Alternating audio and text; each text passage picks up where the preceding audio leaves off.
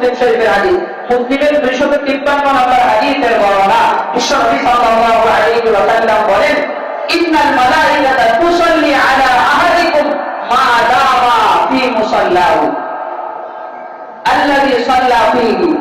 যে ব্যক্তি নামাজ আদায় করার পরে বা নামাজের আগে নামাজের অপেক্ষায় বসে থাকে, ফেরেশতারা তাদের জন্য দোয়া করে। চিৎকার দিয়ে বলেন সুবহানাল্লাহ।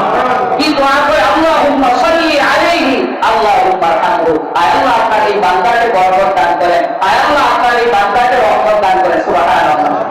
আমরা তো নামাজের অপেক্ষায় মসজিদে বসে থাকতে চাই না।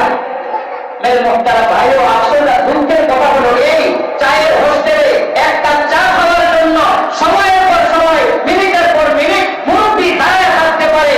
বাজারে গিয়ে সিরিয়াল দিয়েছে দোকানে এরকম সদাইপাতি ক্রয় করার জন্য দাঁড়িয়ে থাকতে পারে।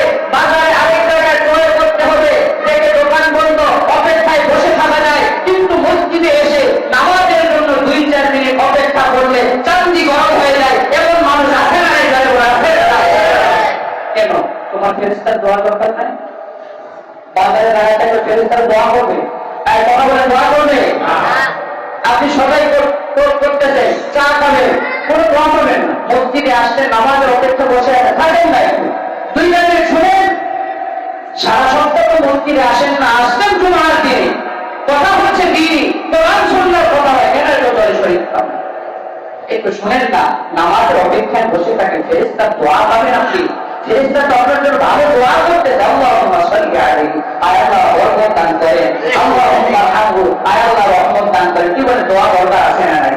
তো আমি মনে করেন হুজুর আমার ছেলে তো বিদেশ থাকে, টাকা পয়সা দিয়ে পাঠায়, বরকত দরকার নেই, রহমত দরকার নেই, এমনটা 1000 কোটি টাকাও যদি হয়, মালিকের রহমত যদি না হয়, তা হবে না। একদিক দিয়ে আসবে, আরেক দিক দিয়ে নাই। কি বলেন? আছে না নাই? সেই জন্য ফেরেশতাদের দোয়া দরকার। মসজিদে আসবো তো নামাজের জন্য অপেক্ষা করবো।